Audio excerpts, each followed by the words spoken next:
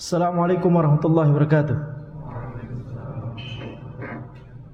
Alhamdulillahirabbil alamin wassalatu wassalamu ala sayyidina Muhammadin wa ala alihi wa sahbihi ajma'in. Amma ba'd. Alhamdulillah, kita memanjatkan puji syukur kepada Allah Subhanahu wa taala yang telah memudahkan kita untuk kembali duduk di majelis ilmu syar'i, di mana di dalamnya diajarkan kitab Allah, diajarkan sunnatul Rasulullah sallallahu alaihi wasallam. Maka ini adalah nikmat yang sangat besar yang bisa dirasakan oleh seorang hamba di dunia. Ya, wajib kita untuk bersyukur kepada Allah Subhanahu wa taala ketika kita dimudahkan untuk memiliki keimanan, kemudian beramal soleh, menyadari bahwa salah satu amal soleh adalah menuntut ilmu syar'i. Talabul ilmi faridatun ala kulli muslim. Menuntut ilmu itu wajib bagi setiap muslim. Ya, dia adalah bagian dari amalan ibadah, bagian dari sesuatu yang diridhoi oleh Allah Subhanahu wa taala, karena tidak ada sesuatu yang diwajibkan atau disunnahkan di dalam syariat kecuali itu adalah suatu amalan ibadah. Maka kita memanjatkan puji syukur kepada Allah Subhanahu wa taala yang juga telah memberikan kita hidayah dan taufik untuk teguh di atas din ini. Semoga Allah Subhanahu wa taala istiqomahkan kita di atas ilmu syar'i, di atas din ini. Dan semoga Allah Subhanahu wa taala memudahkan kita untuk senantiasa menuntut ilmu syar'i dan menyebarkannya dan mendakwahkannya. Maka insyaallah tema pada majelis kita hari ini adalah tentang bagaimana berdakwah dengan indah tanpa menjatuhkan muru'ah. Mengapa tema ini dipilih? Karena di antara sebagian orang yang semangat untuk berdakwah, mereka tidak memperhatikan adab-adab dalam berdakwah. Ketahuilah dalam dakwah ada 5 jenis dakwah. 4 jenis dakwah harus kita hindari. 1 jenis dakwah itulah yang harus kita ikuti atau lakukan. Yang pertama adalah dakwah yang bercampur dengan kesyirikan akbar dan kekufuran akbar, seperti dakwahnya orang-orang yang melakukan kesyirikan, dakwahnya orang-orang musyrik yang mereka merasa mereka berada di atas dinul Islam, akan tetapi pada hakikatnya mereka terjatuh kepada kesyirikan akbar, kekufuran akbar. Seperti misalkan dakwahnya para penyembah kubur, misalkan kuburiyun, maka ini berbahaya. Ini dakwah jenis pertama, ini harus kita hindari. Dakwah jenis kedua adalah dakwah yang bercampur dengan kebid'ahan, seperti dakwahnya para pelaku bid'ah, dakwahnya para ahlul bid'ah, harus kita hindari, harus kita jauhi. Ya, tidak boleh dakwah kita bercampur dengan kebid'ahan. Ya, sesuatu yang tidak dituntunkan di dalam agama Allah Subhanahu wa taala dan sunnah Rasulnya sallallahu alaihi wasallam. Dakwah jenis kedua ini harus kita hindari. Kemudian dakwah jenis ketiga adalah dakwah yang bercampur dengan keharaman. Dakwah yang bercampur dengan keharaman juga harus kita hindari. Kenapa? Karena untuk mendakwahkan kebaikan, menyebarkan kebaikan tidak boleh disertai dengan keharaman. Bagaimana caranya kita berdakwah, menyebarkan ilmu, mengajak manusia kepada kebaikan, tetapi dilakukan dengan cara yang itu tidak diridhoi oleh Allah Subhanahu wa taala, bahkan dilakukan dengan cara yang itu dimurkai oleh Allah Subhanahu wa taala, yakni keharaman. Dakwah melalui musik misalkan, dakwah dengan sesuatu yang haram, wasilah-wasilah yang haram, ya, maka ini tidak boleh. Dakwah jenis ketiga ini juga harus dijauhi. Kemudian dakwah jenis keempat. Dakwah jenis keempat adalah dakwah yang bercampur dengan hal-hal yang menjatuhkan muru'ah. Seperti contohnya apa? Seperti contohnya ketika da'i, pengisi kajian dan panitia kajian memakai kaos oblong saat kajian. Ini dakwah yang tidak memperhatikan muru'ah, tidak memperhatikan muru'ah dakwah, tidak memperhatikan muru'ah ilmu. Ya, maka ini juga harus dijauhi. Ketika kita sudah dimudahkan oleh Allah untuk menjauhi kesyirikan akbar dan kekufuran akbar, sehingga dakwah kita tidak seperti dakwah jenis pertama, dakwah yang bercampur dengan kesyirikan akbar dan kekufuran akbar, maka alhamdulillah. Ketika kita sudah dimudahkan oleh Allah Subhanahu wa taala untuk tidak melakukan kebid'ahan, sudah bertaubat dari kebid'ahan, sehingga dakwah kita tidak bercampur dengan kebid'ahan, dakwah jenis kedua tadi, maka alhamdulillah. Ketika kita sudah dimudahkan oleh Allah Subhanahu wa taala untuk menjauhi keharaman, untuk hijrah dari dunia kelam sebelumnya yang dipenuhi dengan keharaman dan kefasikan, sehingga dakwah kita tidak lagi dicampuri dengan sesuatu yang haram. Dakwah kita tidak lagi misalkan dakwah melalui musik misalkan. Maka ketika kita dimudahkan oleh Allah Subhanahu wa taala untuk tidak melakukan dakwah yang seperti ini, maka alhamdulillah. Maka ketika seseorang sudah dijauhkan oleh Allah dari ketiga dakwah tadi, yang pertama dakwah yang jauh, dakwah yang bercampur dengan kesyirikan akbar dan kekufuran akbar. Yang kedua, dakwah yang bercampur dengan kebid'ahan. Yang ketiga, dakwah yang bercampur dengan keharaman. Ketika ketiga ini sudah dimudahkan oleh Allah untuk kita jauhi, maka tinggal satu lagi, yaitu apa? Jauhilah dakwah yang kemudian di dalamnya ada hal-hal yang menjatuhkan muru'ah. Ya, seperti tidak memperhatikan pakaian ketika kajian, yakni menjadi salah satu syiar dari suatu lembaga dakwah atau suatu panitia kajian. Setiap kajian pakai kaos oblong.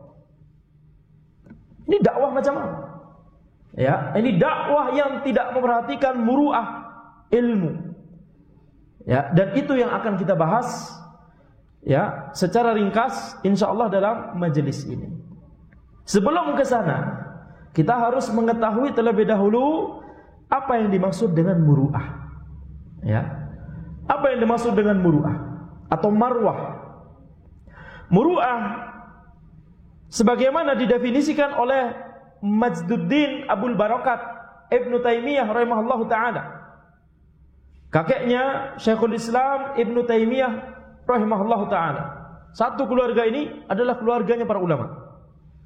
Maka yang kita bahas sekarang adalah perkataannya Majduddin Ibnu Taimiyah, yakni sang kakek rahimahullah taala. Beliau berkata, kalau tidak salah dalam kitab beliau Al-Muharrar, ketika menjelaskan tentang apa itu muru'ah, beliau berkata, isti'malu ma yujammiluhu wa yazinuhu wa tajannubu ma yudannisuhu wa yashinuhu, yaitu mengerjakan sesuatu yang memperindah seseorang, menghiasi seseorang, yakni secara akhlak, secara penampilan zahir, secara perilaku, secara adab dan budi pekerti.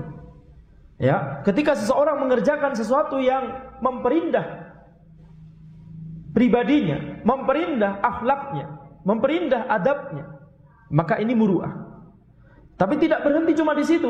Ya, Majduddin Abul Barakat Ibnu Taimiyah rahimahullah kemudian melanjutkan wa tajannubu ma yudannisu wa yashinu, dan menjauhi sesuatu yang mengotori pribadi seseorang dan menjatuhkan derajat seseorang tersebut, ya, yakni di mata orang lain.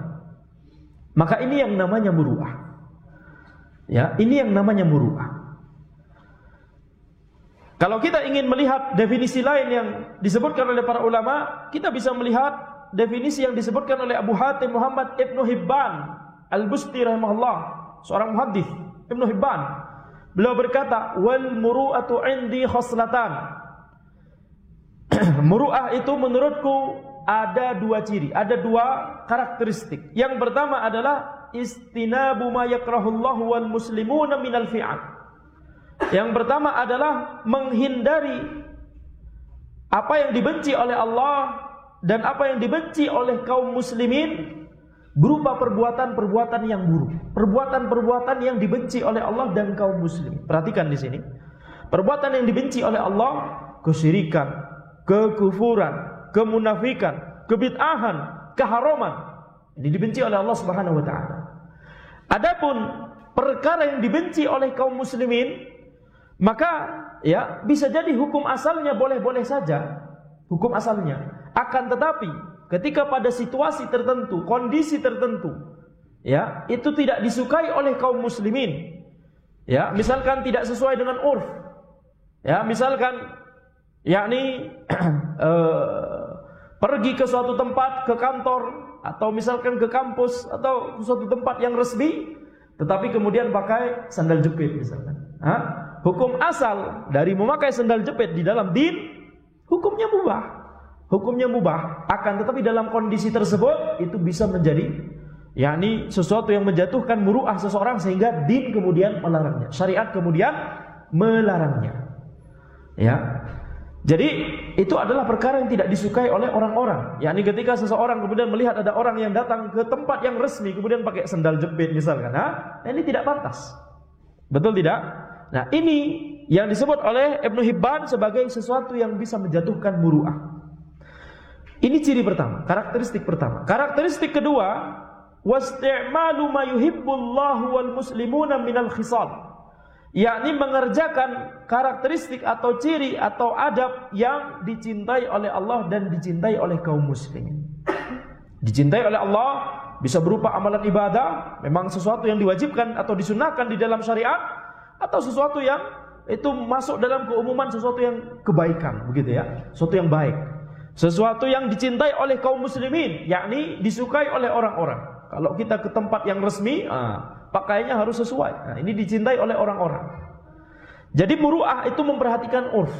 Muru'ah itu memperhatikan urf. Ini kita bicara muru'ah secara umum. Yakni muru'ah ketika kita bermuamalah di kehidupan sehari-hari. Misalkan, ya, kalau di dalam suatu daerah, misalkan kita dirasa ya kasar, kalau misalkan kita berbicara memakai suatu kata misalkan kepada orang-orang di daerah tersebut, maka jangan gunakan kata tersebut. Tapi kalau kata tersebut dirasa biasa-biasa saja, normal-normal saja misalkan di suatu daerah yang lain, maka tidak masalah. Ya, maka tidak masalah. Jadi kalau suatu kata dinilai itu tidak pantas di suatu daerah, jangan gunakan. Kalau pantas di daerah tersebut, tidak mengapa digunakan. Ya. Ini adalah muru'ah yang umum, muru'ah yang ada di kehidupan kita sehari-hari. Di majelis kita sekarang, kita tidak membahas muru'ah yang umum. Kita membahas muru'ah yang khusus, yaitu apa? Muru'ah ilmu, muru'ah dakwah, muru'ah ahli ilmu, dan muru'ah orang-orang yang mendakwahkan ilmu. Termasuk panitia kajian. Kenapa tugasnya panitia kajian? Apa pekerjaan panitia kajian? Apa yang dikerjakan oleh panitia kajian? Mengorganisir kajian. Berarti menyebarkan ilmu. Dia termasuk orang-orang yang mendakwahkan dan menyebarkan ilmu. Ya. Maka para ulama menjelaskan kepada kita bahwa wajib bagi kita untuk menjaga ilmu dari hal-hal yang bisa meruntuhkan wibawa ilmu dan menghilangkan kemuliaan ilmu. Apa hal-hal yang bisa meruntuhkan kewibawaan ilmu? Apa hal-hal yang bisa menghilangkan kemuliaan ilmu? Itulah hal-hal yang kita sebut sebagai sesuatu yang menjatuhkan muru'ah ilmu, sesuatu yang menjatuhkan kewibawaan ilmu. Ibnu Jama'ah Al-Kinani Asy-Syafi'i rahimahullah, ketika beliau menjelaskan tentang adab-adab seorang pengajar, yakni di dalam kitab Tadhkiratus Sami yang biasanya dibahas di majelis ini, tapi di bab awal-awal, beliau berkata, di antara adab seorang pengajar adalah ayyasunal ilma kama sanahu ulama'us salaf. Ya, hendaknya seorang pengajar, seorang dai, seorang pengisi kajian itu harus menjaga ilmu sebagaimana para ulama salaf, para ulama terdahulu menjaga ilmu. Wa yaqumu lahu bima ja'alahu Allah Ta'ala lahu minal izzati wasyaraf. Dan hendaknya pengajar tersebut, ulama tersebut, ustaz tersebut, dai tersebut, pengisi kajian tersebut hendaknya mengerjakan sesuatu yang Allah jadikan di dalamnya sesuatu yang bisa menegakkan izzah dan kemuliaan ilmu, yakni menjauhi hal-hal yang justru kemudian menjatuhkan izzah dan kemuliaan ilmu. Ini wajib bagi siapa kata Ibnu Jamaah? Wajib bagi orang-orang yang mengajarkan ilmu, termasuk panitia kajian. Karena panitia kajian walaupun dia bukan yang mengajarkan ilmu, tetapi dia memiliki saham dalam penyebaran ilmu tersebut. Betul tidak? Jadi tugasnya seorang dai, tugasnya seorang ustaz, tugasnya seorang syekh, tugasnya seorang ulama, tugasnya seorang panitia kajian adalah menjaga ilmu sebagaimana ilmu tersebut dijaga oleh para ulama generasi terdahulu. Ya. Jadi yang pertama, poin yang pertama adalah wajib bagi kita untuk menjaga ilmu. Syekh Shalih bin Abdullah Al-Utsaimin hafizahullah, beliau berkata, "Man lam yasunil ilma lam yasunhul ilmu," kama qala Syafi'i rahimahullah taala. Barang siapa yang tidak menjaga ilmu, maka dia tidak akan dijaga oleh ilmu, sebagaimana yang dikatakan oleh Al-Imam Syafi'i rahimahullah taala. Ya, barang siapa yang tidak menjaga ilmu, yakni melakukan hal-hal yang justru menjatuhkan muruah ilmu, pakai kaos oblong saat kajian, kemudian dakwahnya bercampur dengan yakni syiar-syiar musik, misalkan di majelis kajiannya ada ya peralatan-peralatan musik yang kemudian digunakan untuk yakni meja kajian atau tiang untuk meletakkan poster kajian dan seterusnya. Nauzubillah min dzalik. Ini menjatuhkan wibawa dan muruah ilmu. Barang siapa yang tidak menjaga ilmu dengan melakukan hal-hal seperti ini, maka dia tidak akan dijaga oleh ilmu. Apa yang dimaksud tidak akan dijaga oleh ilmu? Yakni ilmunya tidak akan bermanfaat baginya.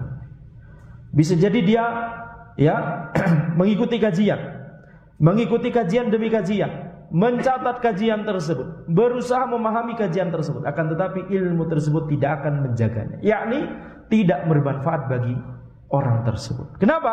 Karena dia tidak menjaga ilmu. Wa man akhalla bil muru'ati bil wuqu'i fi ma yashinu faqad istakhaffa bil ilm.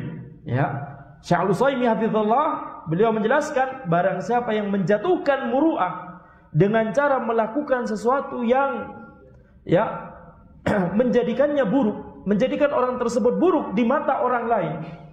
Ya, apalagi di mata ulama. Buruk di mata ulama dengan cara yakni kajiannya penuh gimmick tadi. Baik, kalau kita pakai istilah tersebut, ini sebagian orang kalau tidak pakai istilah yang ya rada-rada milenial itu tidak paham.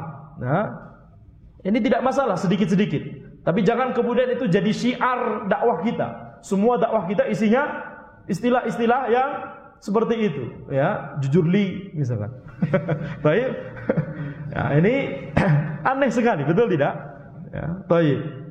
Jadi barang siapa yang menjatuhkan muru'ah dengan melakukan sesuatu yang buruk seperti tadi, maka dia telah merendahkan ilmu. Faqad istakhaffa bil ilm. Dia telah meremehkan ilmu.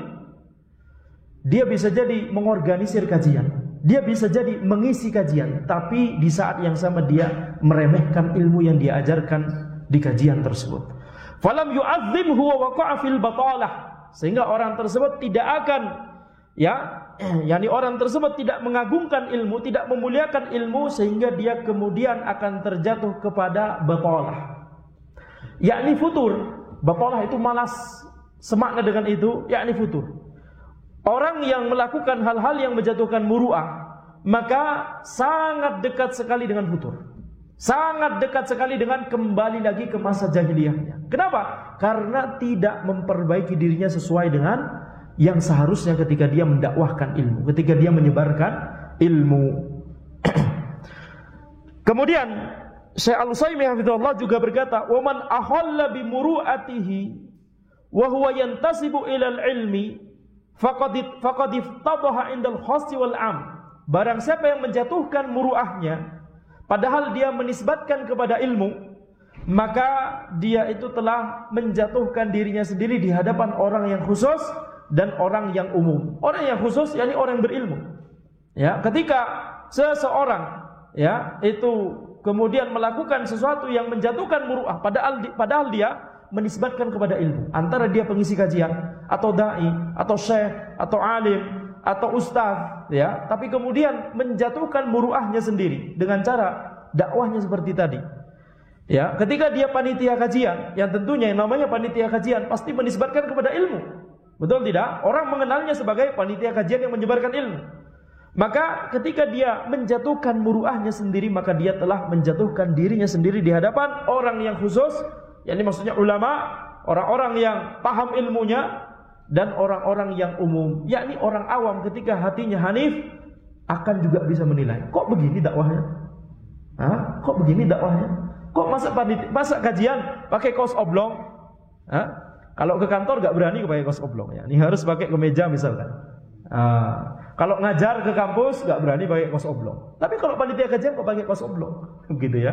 Orang awam yang hatinya hanif, yang masih sesuai dengan fitrahnya, maka mereka pun akan menyadari bahwa ini adalah suatu kesalahan. Walam yanal min syarafil ilmi illa al-hutam.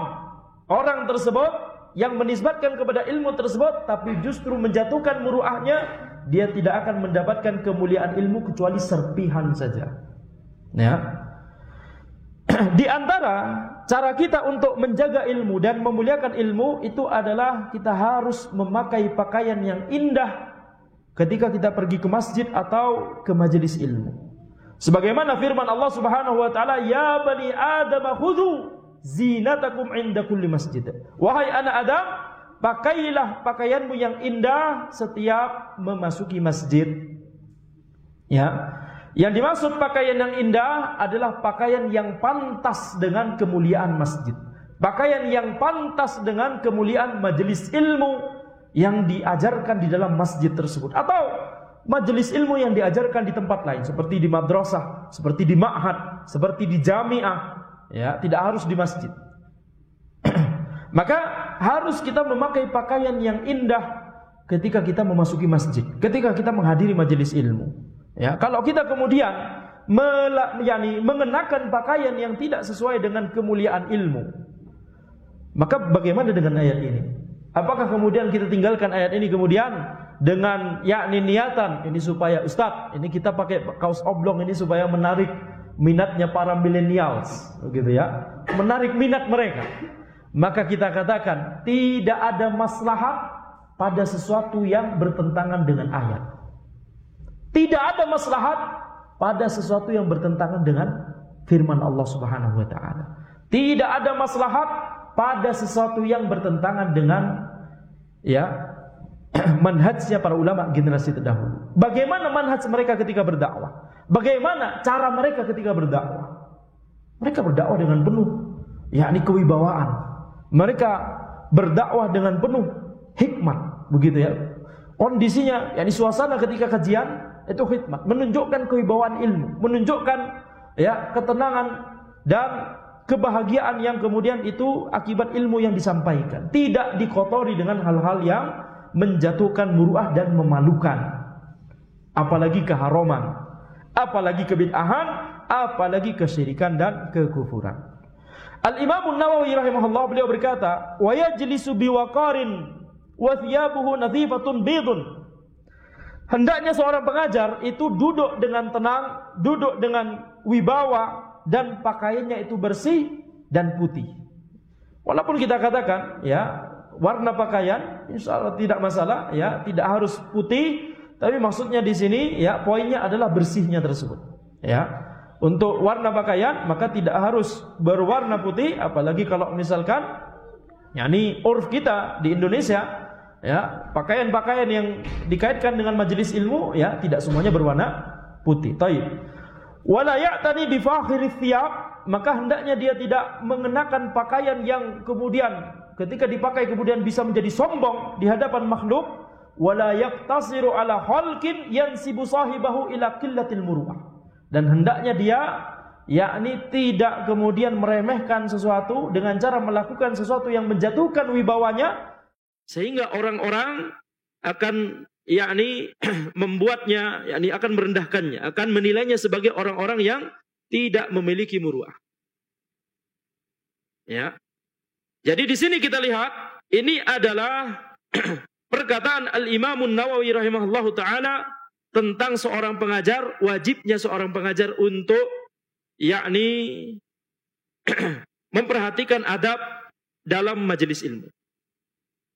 Ibnu Jama'ah Al-Kinani Asy-Syafi'i rahimahullah kembali menjelaskan tentang adab seorang pengajar dalam majelis ilmu. Beliau berkata, "Idza azama ala majlisit tadris tatahhara minal hadathi wal khabath." Ketika seseorang itu berniat untuk mengadakan majelis ilmu, mengajarkan ilmu, maka hendaknya dia bersuci dari hadas dan najis. Wa tanazzafa wa tatayyaba, dan hendaknya dia membersihkan dirinya dan mengenakan wewangian, mengenakan parfum. Wala bisa min ahsani thiyabihi allaiqa bihi baina ahli zamanihi, dan hendaknya dia mengenakan pakaiannya yang paling bagus, yang cocok, yang itu sesuai dengan urf dari orang-orang di zamannya. Dan orang-orang di zaman kita ini semuanya menilai tidak pantas ketika kajian mengenakan kaos oblong. Baik panitia kajiannya, apalagi pengisi kajian. Ya, jelas ini. Jelas. Ini adalah urf dari ahli zamanina. Tidak ada munazi', la munazi'. Tidak ada orang yang akan mendebati hal ini. Semuanya akan menilai hal ini, yakni kesepakatan, yakni minimal hati orang yang masih hanif. Bahkan orang awam yang enggak ngaji sama sekali, kalau kita sodorkan masa kajian pakai kaos oblong, pasti tidak akan disetujui olehnya. Ya. Qasidan bidzalika ta'zimal ilmi wa tabjil asy-syariah. Apa tujuan mengenakan pakaian yang rapi dan pantas dengan ilmu? Apa tujuannya? Qasidan bidzalika ta'zimal ilmi. Meniatkan dengan pakaiannya tersebut, meniatkan dengan dia mengenakan pakaiannya tersebut untuk mengagungkan ilmu dan memuliakan syariat.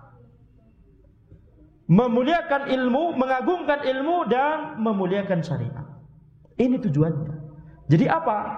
Kalau ini tidak dilakukan, berarti sebaliknya. Itu adalah bentuk perbuatan merendahkan ilmu dan merendahkan syariat Allah Subhanahu wa ta'ala. Kana Malik, Al-Imam Malik rahimahullah, idza ja'ahu an-nasu li talabil hadits, ightasala wa tatayyaba wa labisa thiyaban jududan wa wada'a rida'ahu ala ra'sihi. Al-Imam Malik rahimahullah, ketika ada orang-orang yang ingin menuntut ilmu hadis, mempelajari ilmu hadis atau mempelajari hadis kepada beliau, maka beliau akan mandi terlebih dahulu, kemudian mengenakan wewangian, parfum, kemudian mengenakan pakaian yang baru, ya, saking yakni memuliakan ilmu. Kemudian beliau akan meletakkan kain di atas kepalanya, mungkin mirip ghutrah seperti yang digunakan oleh para masyayikh dari Timur Tengah begitu ya. Tsumma yajlisu ala minassatin. Kemudian beliau akan duduk di atas kursi, wala yazalu yubakhiru bil 'udi hatta yafrau. Dan beliau selama majelisnya tersebut, beliau selalu yakni membakar wewangian, membakar kayu yang berfungsi untuk wewangian sehingga uapnya kemudian mengharumkan ruangan. Kemudian beliau berkata, wa qala uhibbu an u'azzima haditsa Rasulillah sallallahu alaihi wasallam. Aku ingin untuk memuliakan hadis Rasulullah sallallahu alaihi wasallam. Ini tujuan Imam Malik rahimahullah. Sehingga ketika kemudian kalau ini tidak dilakukan, maka ini bentuk dari meremehkan ilmu. Ini pemahaman para generasi terdahulu. Bagaimana cara mengagungkan ilmu, memuliakan ilmu dengan cara mengenakan pakaian yang pantas ketika kajian, ketika daurah, ketika majelis ilmu.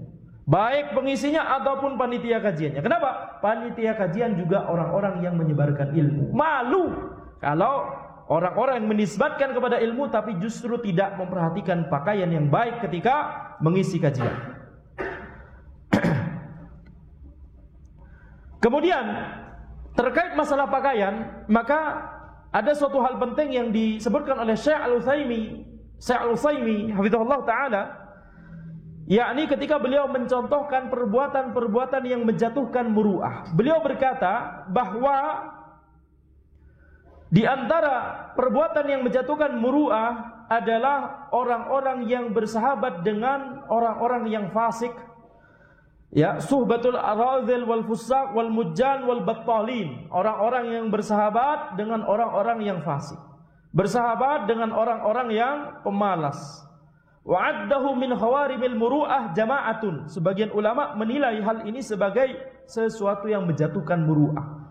Minhum Abu Hamid Al-Ghazali, Abu Bakar Ibn Tayyib min Syafi'iyah, wal Qadi Iyad Al-Yahsubi min Al-Malikiyah. Di antaranya adalah Al-Ghazali dan Abu Bakar Ibn Tayyib dari kalangan Syafi'iyah dan Al-Qadi Iyad Al-Yahsubi dari kalangan Malikiyah. Yani ketika seseorang itu bersahabat dengan orang-orang yang fasik, maka pakaiannya akan mengikuti. Ya, perkataannya akan mengikuti.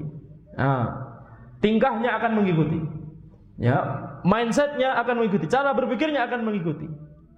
Ya, antara dia bersahabat dengan orang yang fasik atau dulunya dia adalah orang yang fasik, kemudian hijrah, tapi masih ada syiar-syiar kefasikan di dalam dirinya. Masih ada bekas-bekas kefasikan di dalam dirinya.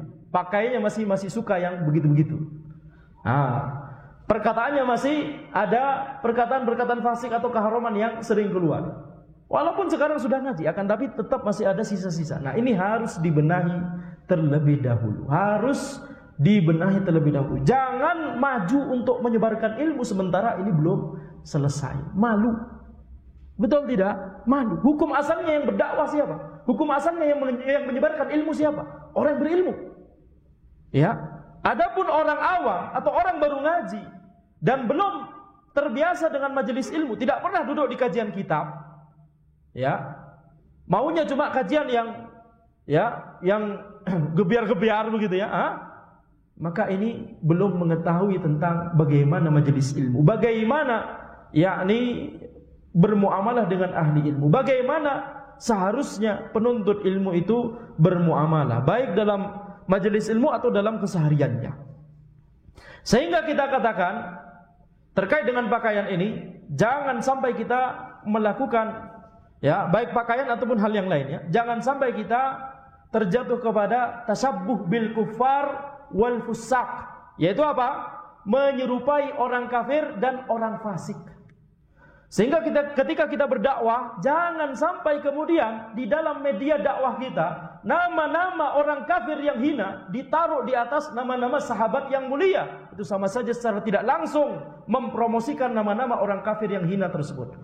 Jangan sampai di dalam media dakwah kita masih terbawa dengan dunia kelam kita di zaman dahulu misalkan, sehingga dalam media dakwah kita pakai font, jenis tulisan yang menyamakan seperti, ya, tulisan dari band tertentu, yakni musik tertentu dan seterusnya. Padahal ini media dakwah.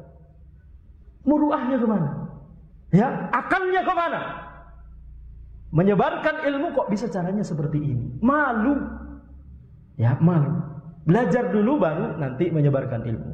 Baik. Jadi kita lihat sebagaimana sabda Nabi Muhammad SAW yang diriwayatkan oleh Abdullah bin Umar radhiyallahu anhuma, man tashabbaha biqaumin fahuwa minhum. Barang siapa yang menyerupai suatu kaum, maka dia adalah bagian dari mereka. Ketika kita masih suka untuk menyamai-nyamai dengan mereka, menyamai-nyamai dengan orang kafir atau menyamai-nyamai dengan orang fasik, kita masih mengikuti atau yakni menggunakan syiar-syiar mereka, maka itu dikhawatirkan masuk dalam sabda Nabi Muhammad SAW ini, man tashabbaha biqaumin fahuwa minhum. Barang siapa yang menyerupai suatu kaum, maka dia adalah bagian dari mereka.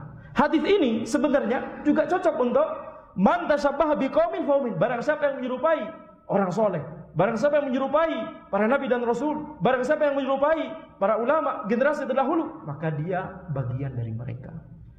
Tinggal sekarang kita pilih, kita mau serupa dengan yang ini atau yang itu. Kalau kita mau bikin media dakwah, khalas, sebagai kaum muslimin, apalagi panitia kajian yang menyebarkan ilmu, pakai font yang bagus. Nah, ilmu harus dikemas dengan bagus. Tetapi apa urusannya antum dengan, ya, band tertentu, ya, pemain musik tertentu, orang kafir tertentu? Apa urusannya? Justru kita harus yang memimpin, tidak boleh kita ikut-ikutan. Betul tidak? Apa tujuannya? Menyamakan font tertentu, desain tertentu, disama-samakan dengan orang kafir ataupun orang fasik. Syiarnya, logonya orang kafir atau orang fasik. Apa tujuannya? Baik. Dan kita lihat di antara sifat orang yang memiliki keimanan, sifat orang yang ngaji dan dia yakni memuliakan ya ilmu yang dia dapatkan tersebut, ngajinya tersebut. Sebelumnya dulu enggak ngaji, sebelumnya dulu di dunia kelam, tapi sekarang sudah ngaji. Maka ketika dia memuliakan hal tersebut sebagai bentuk syukurnya kepada Allah karena Allah telah memberikan dia hidayah, maka yang harus dia lakukan adalah benci untuk kembali kepada kekufuran atau dunia kelamnya dulu. Sebagaimana sabda Nabi Muhammad SAW yang diriwayatkan oleh Anas bin Malik radhiyallahu anhu, beliau berkata, "Thalathun man kunna fihi wajada halawatal iman." Ada 3 hal yang kalau 3 hal tersebut terkumpul dalam seseorang, maka orang tersebut akan merasakan manisnya keimanan. Yang pertama, ayyakunallahu wa rasuluhu ahabba ilaihi mimma siwahuma. Yang pertama adalah Allah dan Rasulnya itu adalah yang paling dia cintai daripada yang selainnya. Yang paling dia cintai adalah Allah dan Rasulnya. Bahkan lebih dia cintai daripada dirinya sendiri, daripada keluarganya sendiri. Yang kedua, wa ayyuhibbal mar'a la yuhibbuhu illa lillah. Dan hendaknya seseorang itu mencintai orang lain, tidaklah dia mencintai orang lain tersebut kecuali ya karena Allah Subhanahu wa taala. Cinta karena Allah dan benci karena Allah. Kemudian yang ketiga, wa ayyakraha ayyauda fil kufr kama yakrahu ayyuqdhafa finnar. Hendaknya dia benci untuk kembali kepada kekufuran sebagaimana dia benci untuk dimasukkan ke dalam api. Bagaimana orang yang mau dimasukkan ke dalam api? Tidak mau. Maka demikian pula orang yang sudah dimudahkan oleh Allah untuk keluar dari kekufuran atau keluar dari hal-hal yang mendekati kekufuran seperti kemaksiatan, kebid'ahan, dunia kelam, maka sifat orang beriman setelah Allah Subhanahu wa taala berikan dia hidayah untuk ngaji, sifat orang beriman tersebut adalah dia benci untuk kembali kepada kekufuran yang dulu dia lakukan. Dia benci untuk melakukan kefasikan yang dulu dia lakukan. Tapi bagaimana panitia kajian dulunya di dunia kelam, tapi sekarang jadi panitia kajian, tapi masih kemudian menggunakan logo-logo yang terkait dengan dunia kelamnya dulu, masih menggunakan font yang sama dengan dunia kelamnya dulu. Ini berarti gimana? Ini bukan sifat orang yang beriman dan memuliakan hidayah yang telah diberikan oleh Allah Subhanahu wa taala tersebut. Baik, kita lanjutkan sedikit setelah azan Isya, ya. Kita azan Isya terlebih dahulu, kemudian kita lanjutkan sedikit, kemudian sesi tanya jawab. Barakallahu fikum.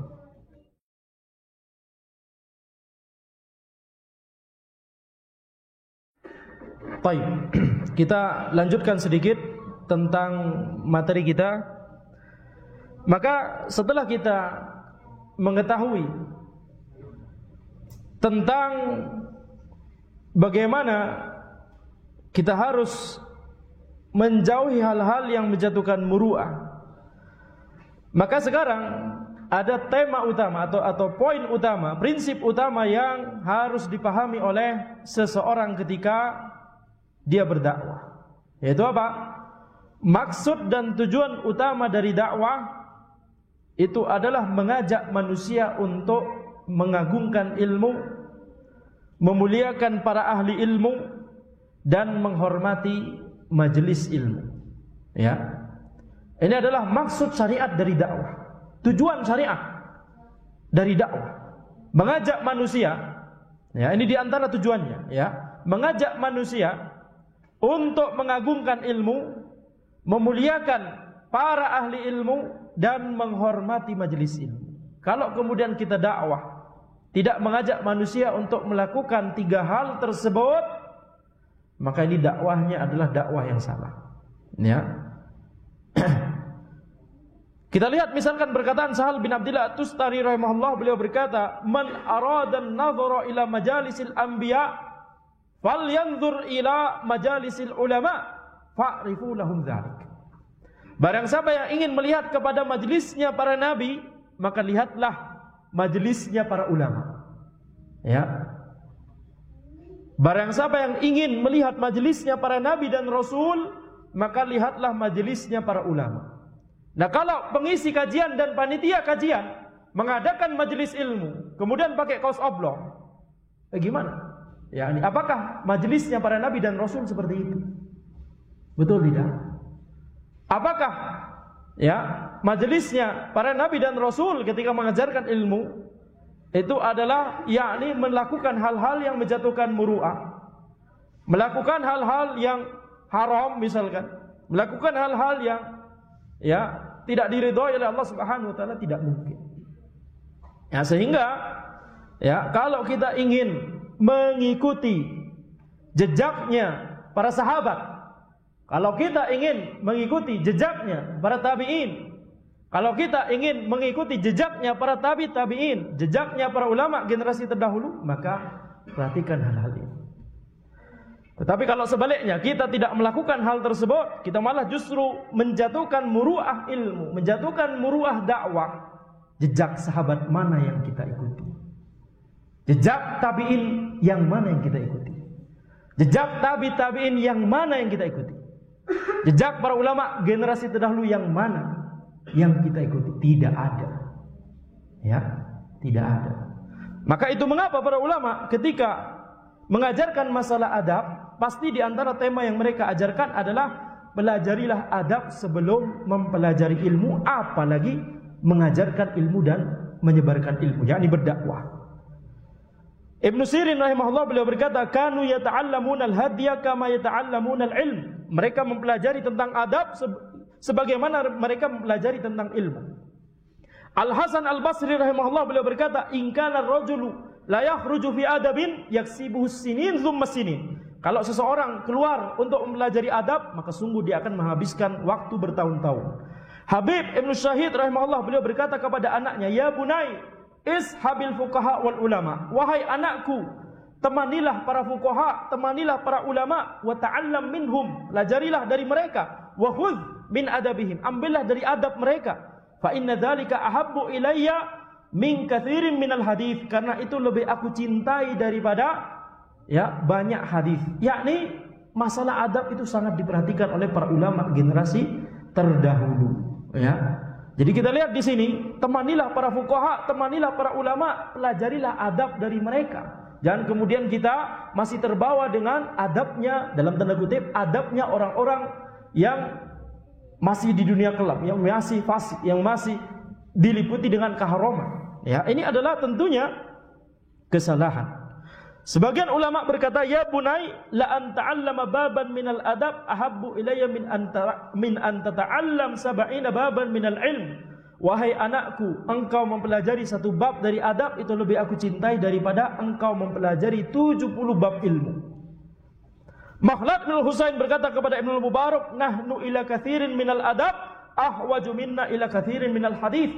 Kita ya terhadap adab itu jauh lebih membutuhkan kita terhadap adab daripada kita terhadap hadis. Yakni harus benahi adabnya dulu, harus berhias dulu dengan adabnya penuntut ilmu, harus berhias dulu dengan adabnya para ulama sebelum seseorang bisa menjadi seorang penuntut ilmu, apalagi menjadi pengisi kajian, orang mendakwahkan ilmu atau panitia kajian.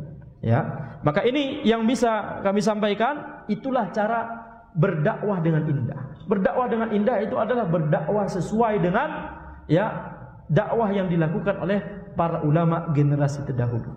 Dakwah yang penuh dengan kewibawaan, dakwah yang penuh dengan kemuliaan, tetapi juga dikemas dengan menarik, tidak masalah. Silakan dikemas dengan menarik, bikin poster yang menarik, bikin video yang menarik, tapi jangan ya sisipkan sesuatu yang menjatuhkan muru'ah. Yang tadi kita bilang, jangan kebanyakan jimik.